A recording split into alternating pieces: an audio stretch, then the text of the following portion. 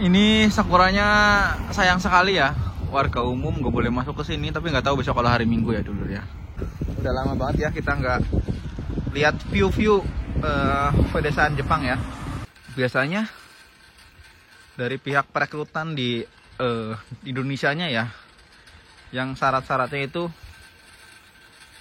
menurut saya terlalu gimana ya, diskriminasi ya, harus sempurna gitu ya. Ini kemarin tuh ya habis hujan ya, seperti saya tadi bilang, dimana-mana masih becek pada, tapi ya viewnya indah gitu ya. Contohnya kayak gini nih, indah ya viewnya itu kalau di Jepang tuh. Aduh ya Allah, emang view terindah nih kalau di pedesaan tuh. Tapi di desa itu ya kayak gini ya, rumah-rumah itu warnanya selaras, jarang yang mencolok, paling yang mencolok cuma 1-2 itu kuning tuh, yang lainnya ya hitam putih, krem, abu-abu, coklat gitu doang udah warnanya. Katanya di Jepang itu kalau rumahnya nggak ngejreng itu menandakan kesederhanaan. Tapi nyatanya memang dengan warna-warna yang ada di Jepang ini, rumah-rumah Jepang ini memang dipadukan dengan suasana alamnya itu terlihat estetik sih. Walaupun rumahnya ya biasa-biasa aja sih sebenarnya mah. Halo dulur, assalamualaikum warahmatullahi wabarakatuh. Selamat datang kembali di channel Gugu Desu. Lama sekali ya ndak nge-vlog lagi ini. Kali ini masih suasana lebaran ya dulur ya. Pertama-tama saya ingin ngucapin minal aidin wal faizin ya. Mohon maaf lahir dan batin buat teman-teman yang sudah menonton channel ini dan subscribe channel ini. Terima kasih banyak. Udah lama banget gak konten ini karena di Jepang itu sekarang di tempat saya tinggal tuh lagi pergantian musim ya, dari musim dingin ke musim haru ya. Iya, musim haru, maksudnya musim bunga-bunga itulah ya, mau sakura keluar. Nah, hujan terus 2 minggu terakhir tuh. Hari Minggu kalau libur itu udah bisa ngonten ya dulur. Karena pas hari Minggunya itu hujannya itu 90 sampai 100% gitu ya. Nah, sekarang itu lagi musimnya bunga sakura mekar ya dulur. Ini ceritanya saya itu mau ke tempat yang dekat situ, depan situ ya. Ada sekolahan, katanya bunga sakuranya sudah mekar.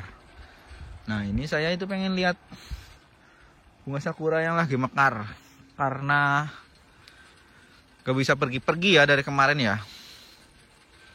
Katanya teman saya itu sekolahan di dekat pekerjaan saya itu ada sekolahan, itu sakuranya katanya lagi mekar.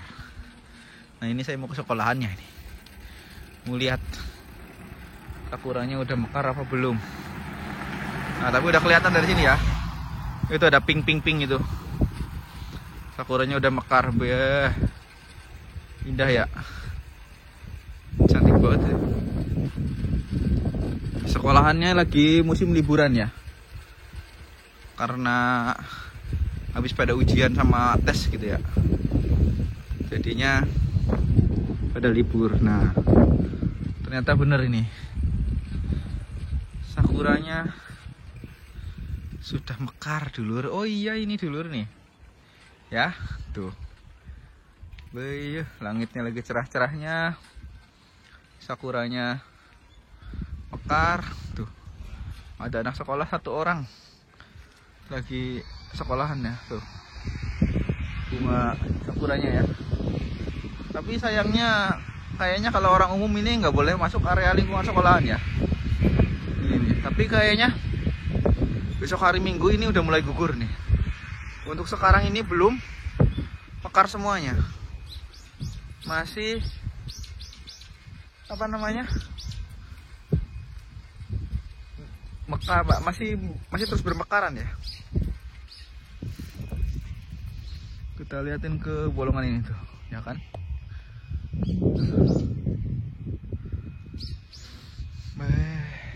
Bukan sakura ya itu ya.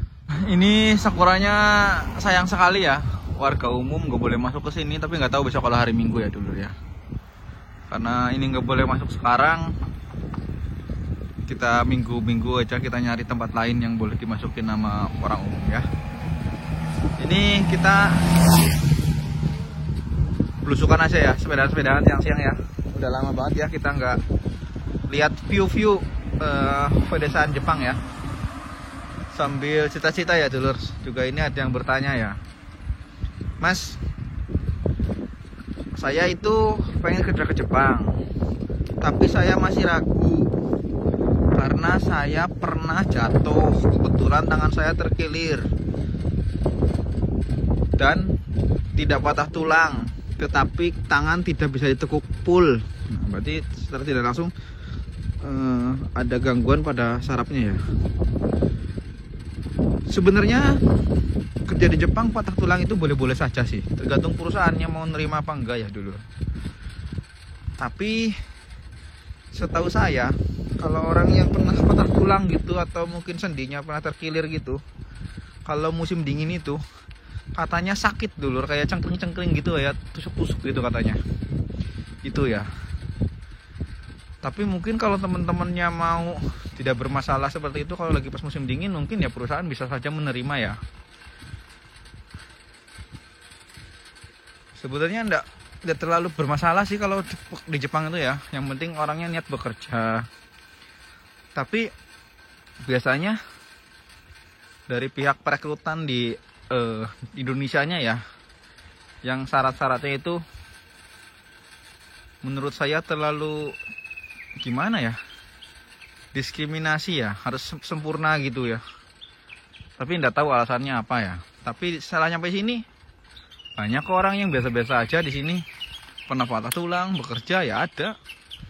Atau mungkin gini saja bedulur, teman-teman belajar mandiri gitu ya bahasanya, tidak usah melalui LVK. Terus teman-teman nanti kalau bahasanya sudah menguasai, teman-teman carilah pekerjaan yang kira-kira menurut teman-teman itu nanti pekerjaannya itu ringan di Jepang. Kalau ingin tahu pekerjaan apa aja yang ringan di Jepang, teman-teman searching aja ya, apa namanya, di TikTok, di Instagram, di YouTube gitu kan, pasti ada yang lah pekerjaan apa saja yang pekerjaannya maksudnya lumayan ringan di Jepang tuh ya.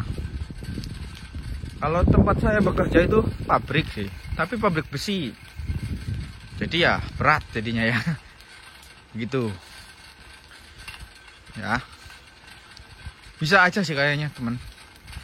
Terus ada yang nanya lagi, Bang, saya ada pernah tato sama tindikan. Sebenarnya di Jepang itu mau tato mau tindikan gak bermasalah, yang penting teman-teman kerjanya bagus. Tapi yang bermasalah kan di Indonesianya juga kan. Tapi nggak tahu, mungkin karena kultur kita itu kan tidak apa ya, saya bingung ngomongnya. Mungkin pekerjaan di Indonesia itu kebanyakan kan dialang bertato, dialang bertindik. Itu untuk di Indonesia. Untuk di Jepang itu tidak bermasalah. Buktinya teman-teman saya kerja itu ya ada yang bertato, ada yang bertindik, nggak apa-apa. Tapi mungkin yang dikhawatirkan itu kan mungkin kalau di Indonesia kan mungkin orangnya bilangnya masih, wah takutnya melakukan kriminal, melakukan ini, melakukan itu. Yang dikhawatirkan sama pihak yang mau menyelenggarakan untuk menerbangkan anak-anak yang misalnya maaf bertato, bertindik. Waktu saya pendidikan di Indonesia sebelum saya terbang, itu ada satu teman saya tangannya ditato, tapi ya tetap terbang ke sini. Tapi sama teman saya itu dihapus dulu tatonya, hapus tato ya, terus yang tindikan ditambal gitu. Jadi nggak nutup kemungkinan mungkin teman-teman misalnya kalau mau ngikutin aturan yang berlaku di Indonesia, ya teman-teman tindiknya ditambal, tatonya dihapus tato, begitu ya. Atau mungkin teman-teman bisa jalur mandiri. Jalur mandiri kan biasanya tidak bersangkutan dengan pendidikan dulu, disiplin dulu. Nah, biasanya dari langsung TSK-nya. Kalau TSK-nya boleh ya, teman-teman boleh terbang di sini bertato, enggak apa-apa. Ya. Ini saya itu tinggalnya di desa Jepang ya dulur. Kayak gini ya. Kalau sepeda-sepedahan tuh ya turunan, tanjakan, sepi, nggak ada orang, hutan. Tapi ya di sini tuh walaupun di pelosok kayak gini, desa hutan kayak gini, kebonan, nggak ada orang, nggak ada rumah, tapi nggak ada, di dalam hati itu nggak ada rasa takut gitu apa gimana, ndak, biasa aja gitu ya kalau saya tuh. Kalau di Jepang, tapi beda kalau di Indonesia. Lewat jalan sepi kayak gini, auto saya agak perandang-perinding dikit ya. Perandang-perinding itu apa ya? Agak lumayan serem lah. Habis hujan ya, seperti saya tadi bilang, dimana-mana masih becek pada. Tapi ya view-nya indah gitu ya. Contohnya kayak gini nih. View-nya indah. Petaninya udah mulai bertani. Saya habis makan siang, kenyangan, sepedahan, diantep terus. Itu ya, tuh. Beuh. Indah ya view-nya itu kalau di Jepang tuh. Aduh ya Allah. Emang view terindah nih kalau di pedesaan tuh. Di kota ya indah, mungkin di kota karena indahnya karena keestetikan tata ruangnya ya. Tapi di desa itu ya kayak gini ya. Rumah-rumah itu warnanya selaras, jarang yang mencolok, paling yang mencolok cuma 1-2. Itu kuning tuh, yang lainnya ya hitam putih, krem, abu-abu, coklat gitu doang udah warnanya. Katanya di Jepang itu kalau rumahnya nggak ngejreng itu menandakan kesederhanaan. Jadi dilarang ya untuk ngejreng-ngejreng ya. Warnanya tata kotanya apa gimana gitu lah ya. Tapi nyatanya memang dengan warna-warna yang ada di Jepang ini, rumah-rumah Jepang ini memang dipadukan dengan suasana alamnya itu terlihat estetik sih.